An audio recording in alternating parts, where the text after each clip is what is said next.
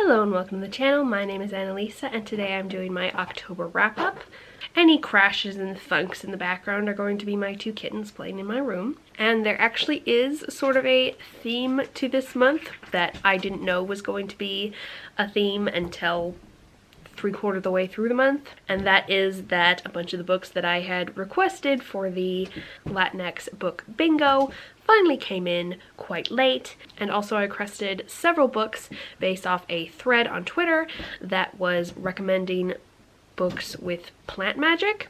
And so those ended up being really cool fall vibes garden witch books that I really enjoyed, and there was also some crossover between those two, so I present to you my late Latinx Heritage Month wrap up along with a group of garden witch books that I hope you will also enjoy. I'm kind of crazy about garden witch magic, although there's also a book in this wrap up with baking magic, which is also very cool. I just really love witches, and these particular magical books really gave me the witchy vibes as opposed to like the mage vibes or the wizard vibes.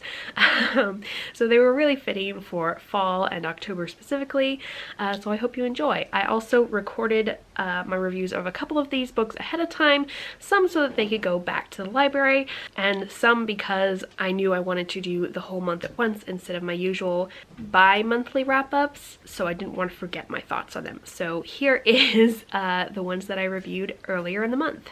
Hey, so I'm really upset because I just realized as I sat down to edit this video that I had deleted that part that I had filmed early in the month, defeating the entire purpose and just generally mucking everything up.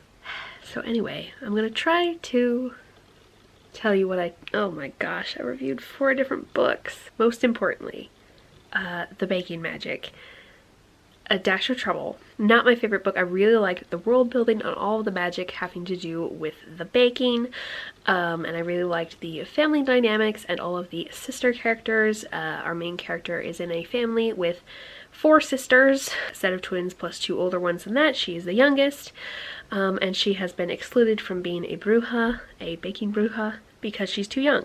And so she sneaks around and figures out a way to use magic without being allowed, and causes some magical trouble, and then doesn't ask her parents for help because she's worried she'll get in trouble not being allowed to use magic anymore. Which is fine as a motivation for like a single episode of a kid's show, or for, you know, part of a book, or if her parents were actually bad people who would be really terrible to her if they found out she'd done something bad. But with how nice her parents are, and how understanding and generally functional her parents are, she could have told them at the beginning of the book what was going on and it would have solved the entire plot. So I didn't really feel like it was enough of a good driving force for a whole book, but everything except that I really enjoyed. Friendships and magic and cool lore and stuff.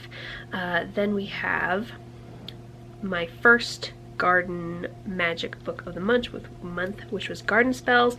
It gave me really wonderful fall vibes. It is about a lady who is in her 30s and lives in a house that has been passed down in her family, has a magic apple tree in the backyard, and because of the magic apple tree, it makes all the other plants around it magical, but you also have to be magical in order to use the plants to do things. But she bakes with them and cooks with them, makes all sorts of different foods, and the different plants she uses, such as lavender or pumpkin flowers, have different magical effects on people. Like they make them regret things, or they make them remember things in a good way, or they make them flirty, or they make them happy or able to see in the dark. And I really enjoyed all of that magic. It is also a lot about sisterly and family love, because this girl's sister ran away from home when she was 18 and went and basically wrecked her life, but then she ended up with a daughter who she basically turned around her life for, and came back home fleeing an abusive relationship, and so has now moved in with her sister, and these two are both perspective characters.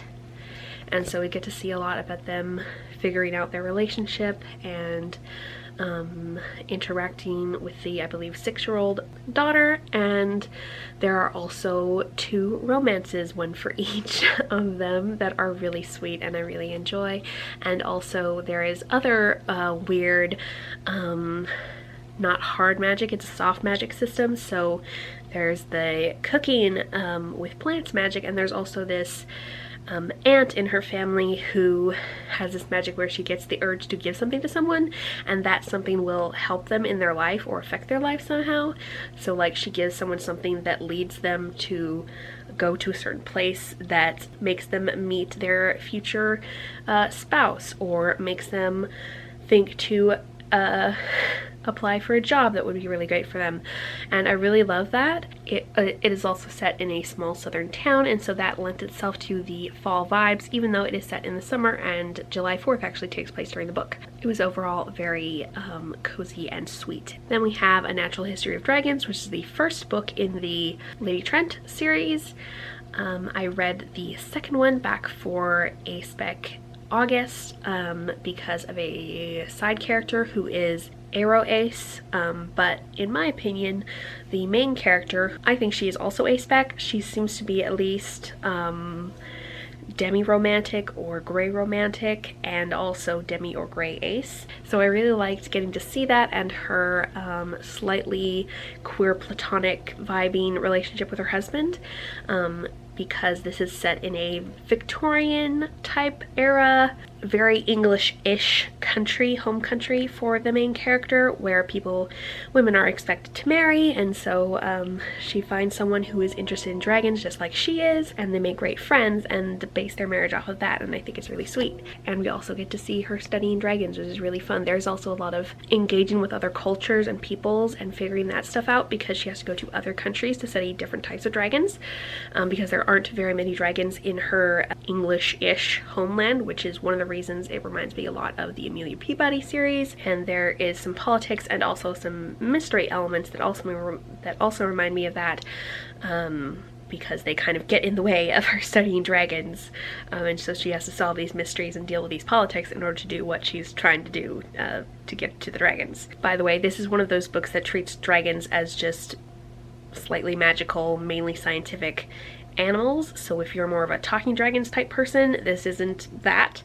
But if you just like any type of dragons, they have quite a presence in these books, and I really enjoy them. I also read the third book in the series, which I also really enjoyed. Although there is a bit of a romantic relationship, I think it still reinforces the main character's demi-aspec vibes. This time we're studying dragons from a boat, and studying a lot of seagoing serpent dragons. And Natalie is still here. She's the Arrow Ace character from the second book, and I'm very much looking forward to continuing with the series. And then we have Nocturna, which I had a bunch of complaints about that I articulated really well the first time I recorded this, but basically characters are good, world building is amazing.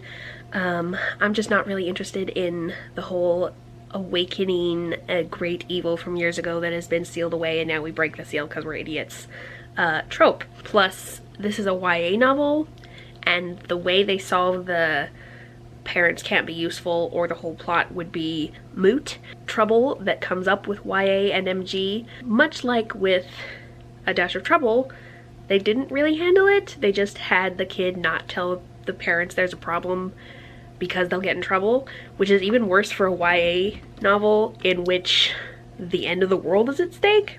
So that was irritating throughout and made it difficult to like the main character. The main male character, this is a 2-perspective book again, sometimes 3 actually at points. And I also didn't like how the name of the book was name dropped really early on. And despite the main character not knowing the title of the book, the lore dump that we get early on via a children's tale that we are told the main male character has grown up with, much like the card game in Beyond the Black Door, that totally explains how all of the magical big players interact with each other.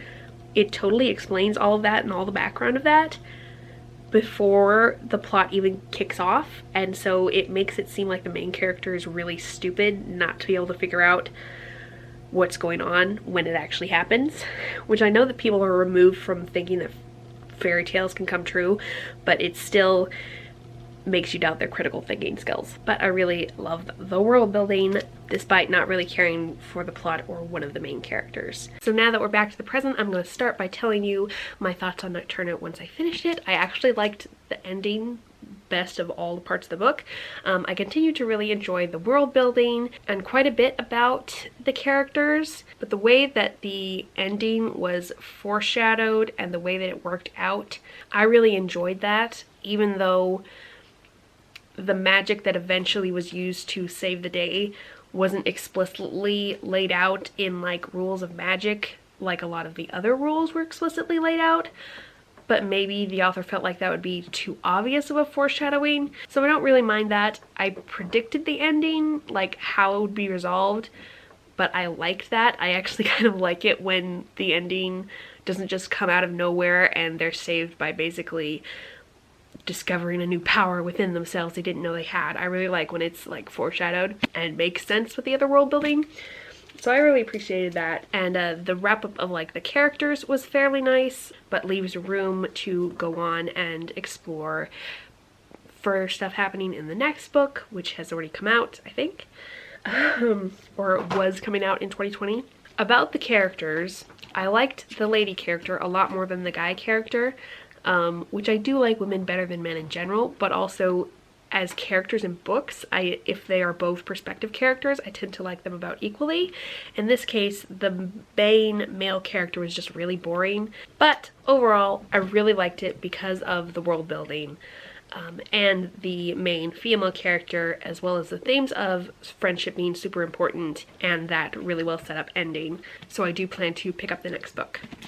And much like I treat a lot of readathons that aren't created by Chapter Kate, for some reason I like both. I stick to the prompts both of Monsterthon and her Valentine's one that goes in February, but most other readathons I just like. For the A-Spec August, I just read a bunch of A-Spec books, and for middle grade magic, I just read a bunch of middle grade books. So I didn't stick to prompts. For the Latinx Heritage Month, I just read a bunch of books by Latinx authors about Latinx characters. I don't think the cats are destroying anything, but they do like to pick up my stuff and move it around my room. But next we have one of my Garden Witch ones, which isn't this a gorgeous cover, and the reason that I'm wearing a pink cloak instead of my dark star cloak is because I'm dressed like a garden witch, not just a dark magic witch. And this one by Anna Marie McLemore is all about 15 women. Quite a cast of characters we have here. 15 women, genderqueer character. That's what she's described as in the post note. They use she, her pronouns throughout the book, and this is set earlier than genderqueer was like a term that was used, so that part isn't on page, but the author, that's what they're described as, so that's what I'm going to call that character.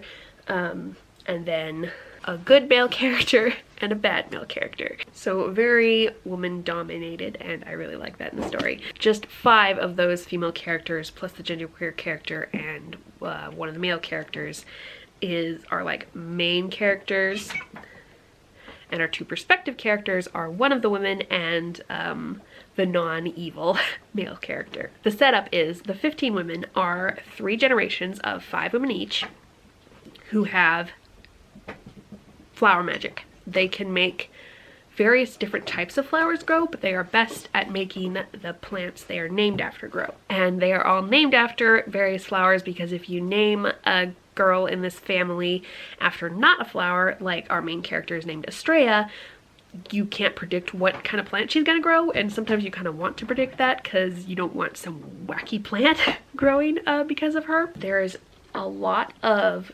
darkness in this, which I kind of expected because of the black dominated cover and kind of how some of the summary was, but the darkness comes in where these women cannot control the fact that they make flowers, so they can either make the flowers come out of them on purpose in a specific way that they want, but if they try to suppress their powers, basically to avoid detection, because in the olden days you tend to get killed or run out of town if you had magic. If you tried to suppress your magic, it would just pop out of you randomly and often in public. And so this family has been fleeing from town to town for generations because they can't hide the fact that they have magic and everybody thinks they're witches in a bad way.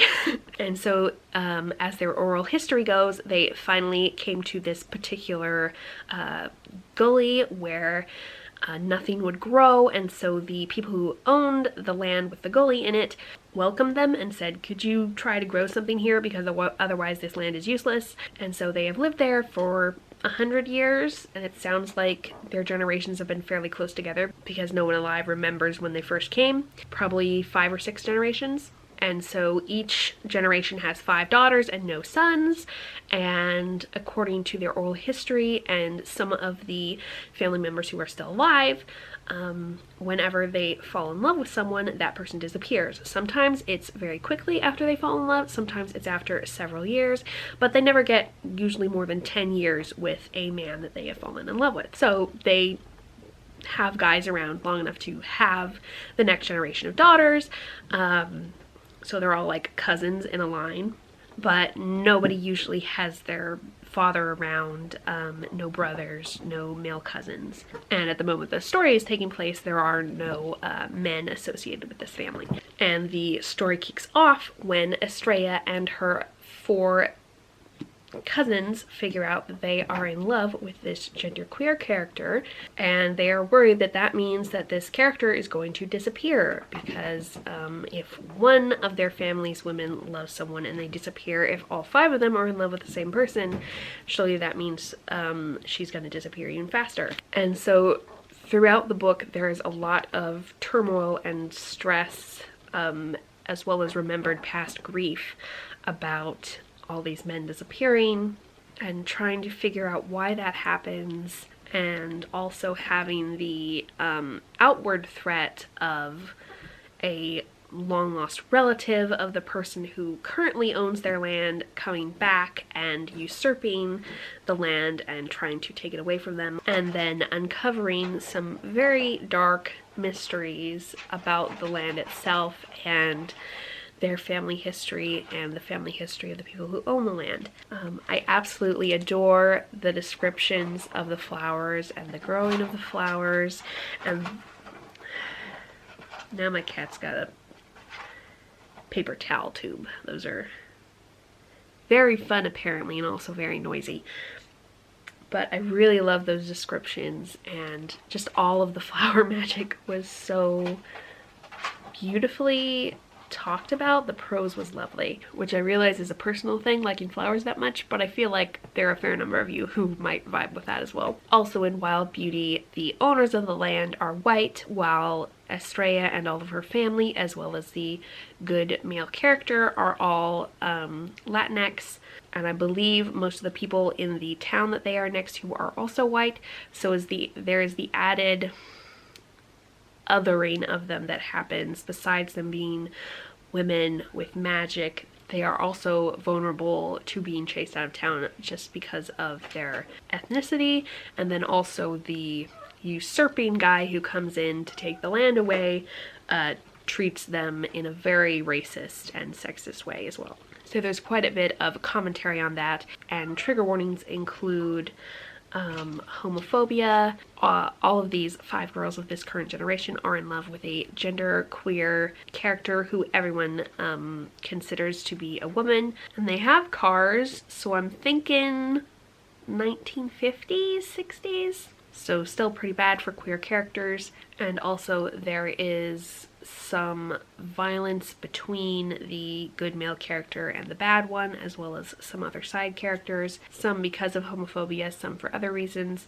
And also in the digging up of the family history, there is quite a bit of bloodshed happening. But we have quite a lot of bi-rep because several of the cousins are also attracted to boys, including the main character, and there is a lot of talk about the sapphicness of the cousins crushing on this genderqueer character. Then I have started to read Toil and Trouble, 15 Tales of Women in Witchcraft, edited by Jessica Spotswood and Tess Sharp, and I read the first one by Talor K. Media called Star Song, which is about a Latinx character by a Latinx author, and it was about a witch who has astrology powers. So she can like look at people or hear about them and figure out like if there's a pair of them, how their star signs interact. As a side job, while she's, I think, going to either high school or college, she paints combinations of constellations that like work for two people with different star signs. I don't know enough about star signs to like tell you much about how this works, but it was very sweet, and it's about her meeting somebody who is into astronomy but not astrology, and having conversations with this person and figuring out that maybe they have more in common than they think. And for me, it felt a lot like the beginning of a story rather than a whole story. It feels like it just stops right when like you want to keep going, but that's how short stories tend to be for me. It kind of made me want to write some short stories, so that's pretty cool, and it gave me some nice witchy vibes, and it's sapphic. So I will tell you more about this collection when I've read the whole thing, but I just wanted to let you know about that one, and that I think the rest of this collection will be very good if you are looking for some witchy stories for the fall. Let's keep going on the plant witch route. So, The Secret of a Heart Note. These people aren't like specifically witches, but they have magic and they make potions out of plants, so I'm calling them garden witches. This is by Stacey Lee, and actually the reason she came up with this is that she has scent synesthesia, where she can smell musical notes.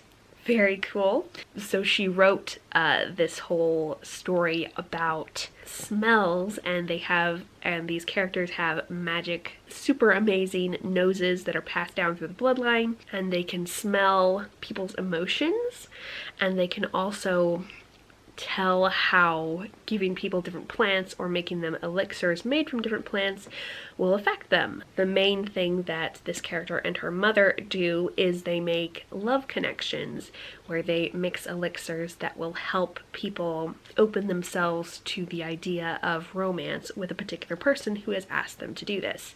Which personally, after reading the whole book and seeing all the different powers that different plants are supposed to have, I think they could use their sniffer power in much more useful ways.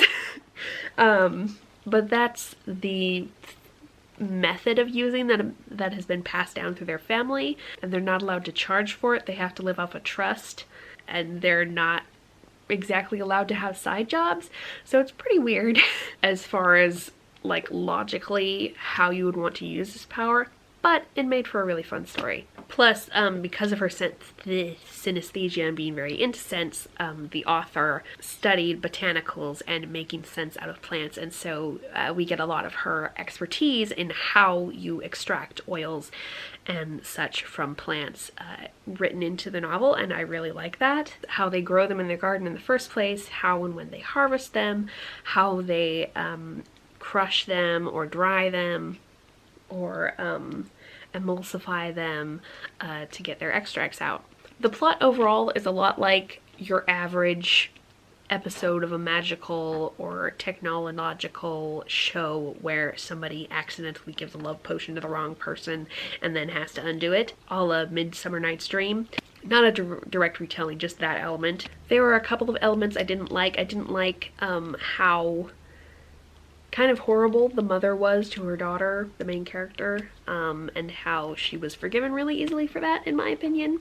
She basically makes the main character's world very small, doesn't really let her make friends with anybody except one person that they have come to their house to help them garden. Basically apprentices her at home rather than actually sending her to school or homeschooling her properly. She just teaches her all about how to do the scent stuff, and that's her whole world, and she's not allowed to like explore anything she might want to do besides that. So that was frustrating throughout the book, but I liked the little romance and the friendships with the side characters. Then I listened to the audiobook of Mirage, which was a very well done audiobook in my opinion. I don't think I've read this type of story before where there is a body double for a princess and they don't like each other. Usually when I read body double stories, it's like a amicable thing. So this is pretty dark. It's about a land that has been taken over by a foreign power and are currently being pressed by that foreign power. Kind of a la Bajor being taken over by the Cardassians. Shush! And our main character gets kidnapped from her home by the evil police to become a body double for the princess of the foreign power. You know perfectly well how to use the cat door.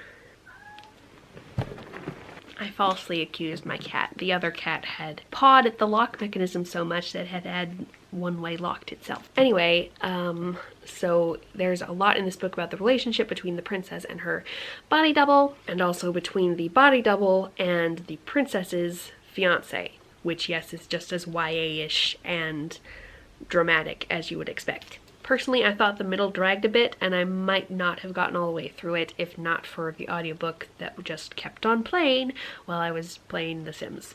But I am into it enough to want to read the sequel, so I will be doing that at some point. Then we have Agnes Grey, which I also got the audiobook for. Basically, I have this huge pile of library books on my floor, and I realized I wasn't getting through them fast enough, so I needed to convert some of those to audiobook reads. And I really like this. It's relatively short. The audiobook is like 6.5 hours, and it is all about this Agnes Grey character being a governess and how she has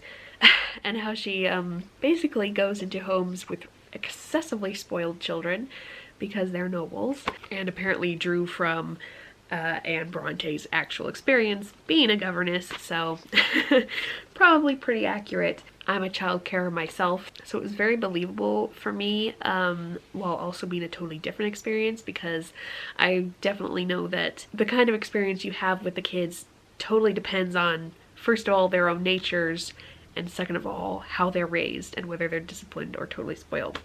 I personally work with a lot of great kids at the moment, and so it talks about her training families a few times, and eventually about her falling in love with is he a vicar? I think he's a vicar. A lot of the love interests in these books from these times were vicars, if they weren't, you know, too noble to have a real job. I think because being a vicar was an acceptable job for a nobleman or a landed gentry anyway. So if you were poor enough that you needed a job, that was one of your very few options, while also being upper middle class, probably lower upper class would be the term, and not debasing yourself to manual labor. Then we have The Jumbies by Tracey Baptiste, who is from Trinidad, which I had to look up to find out where it was, but it is just off the coast of Venezuela, if I'm remembering correctly. And this is based on Haitian/Caribbean in general lore about the Jumbies, who are mostly malevolent spirits who live in the forest and tend to kidnap/eat children especially. And there are quite a few different types, like big wolf-like creatures, little children-shaped people who have backwards legs that like turn children into more of them, ladies wearing white who like turn into fireballs, and old ladies who suck your blood, and all sorts of cool things. And Tracey Baptiste actually put a list and description of them in the back, so that was really nice to refer to. And she also talked about how her version that she put in the book were sometimes slightly different than the various legends, and how she decided on how to do that. And so it is all about our main character, who is middle grade aged, getting stalked by a Jumbie and having the Jumbie go after her father, and having to fight against this Jumbie and eventually a bunch more Jumbies with 3 of her misfit friends. And I liked it quite a bit, both for the lore and also for the relationships between the 4 children characters. Then The Kingdom of Beck by Marie Lu, which was a very strange story. She wrote it based on a snippet of information about Wolfgang Mozart and his sister, whose name I can't remember. They called both of them nicknames throughout the book, so it's a little difficult. Plus they were both German, and I don't recognize German names such that my brain retains them well. And it was an audiobook. But anyway, it is about how the main character and her brother, the famous Mozart, had a imaginary world called the Kingdom of Beck that they used to entertain themselves when they were on carriage rides from here to there, because their father liked to drag them all across Europe performing. And so the author came up with this whole story based on that, having it be a real magical land and having it be partially responsible for Wolfgang's various childhood illnesses. So our main character was also super talented, just like her brother, but she is not famous because women could not publish music, and a lot of the way that Mozart has endured since his time is through his written music. But he was also more famous in the day just because he was a boy. They were both musical geniuses who, even as young children, had very impressive recall and ability to play instruments, and were very creative and were both able to write music. And so the book talks a lot about how the main character felt about her younger brother surpassing her famous-wise, and in the basically her father loved him more because he was more successful. So it talks a lot about sexism and how living beyond your means to look rich in the hopes of getting more money ends you up not being able to pay your rent. I really didn't like Mozart's father, if you can't tell. But also about the sister's feelings about still loving her brother and engaging with him about this magical world, and also them composing together and loving each other very much, and the pain and complications brought by competing with him for her parents' attention and trying not to blame him for sexism of the world. The magical world part was really interesting. I really liked how that ended up. Very weird. And of course there is the knowledge that because we know history, Mozart died fairly young. So there was the sadness of knowing that even when they got through the difficulties of this book, they wouldn't have a lot of years together because Wolfgang was going to die so early. So there was a lot of melancholiness, but also a lot of sweetness. Then we have The Perfect Assassin by K.A. Doore. That one I read in physical form, but it had to go back to the library. I requested it because it has ace rep. The main character is asexual, homo-romantic. He lives in a world that is very non-homophobic. Male-male couples and female-female couples are very accepted and seen as normal. Aromanticism and asexuality are less normalized, so the main character feels a bit odd and isn't sure what's going on with him. But it is all about these assassins who are basically vigilantes. Yeah. They are trained to be super sneaky and go after only bad guys. Who is a bad guy is determined by one man who people come to with their "this person is evil and is actively causing trouble, will you please do something about it," that for some reason can't be proven under the law and handled in a normal court fashion for some reason or other. Personally, I think that's a terrible idea and is asking to be abused. You cannot trust one person to be judge, jury, and send out the executioner for an entire city. That is somewhat addressed during the book, but not quite to my satisfaction. But the point of it was to make it so that assassins could be a thing and not bad guys. So our main character has just qualified to be a full-on assassin instead of has graduated from his apprenticeship along with 3 others at the same time. All of the assassins are related. They have a really cool mentor who I love, who is a retired assassin. There are a lot of family relationships. There's a lot of, what's that called? Intergenerational households where lots of aunts and cousins and uncles and sometimes grandparents will live in the same house together, and generally family means a lot to these people. It is set in a town that is on giant poles to keep it out of the desert that is way below. This is ancient technology that the people who actually live on the poles, platforms on the poles, don't actually know how to use totally.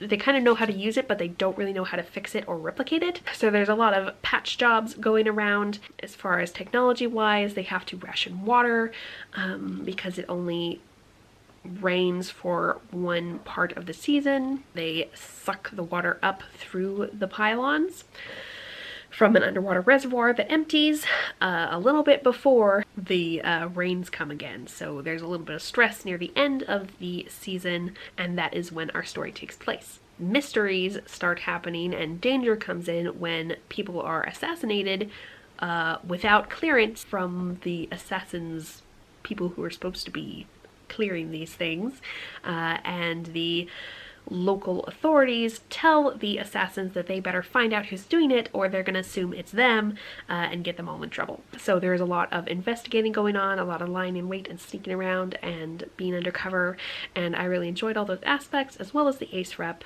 It has been Ace Week this week. I'm going to be sharing a few videos below about Ace Week that have come out this week that I've really enjoyed. Overall, I was introduced to a lot of really great authors this month, and I am very excited to keep going, and I'm very excited to read more of their work. Thank you so much for watching, and I will see you in the next video. Bye!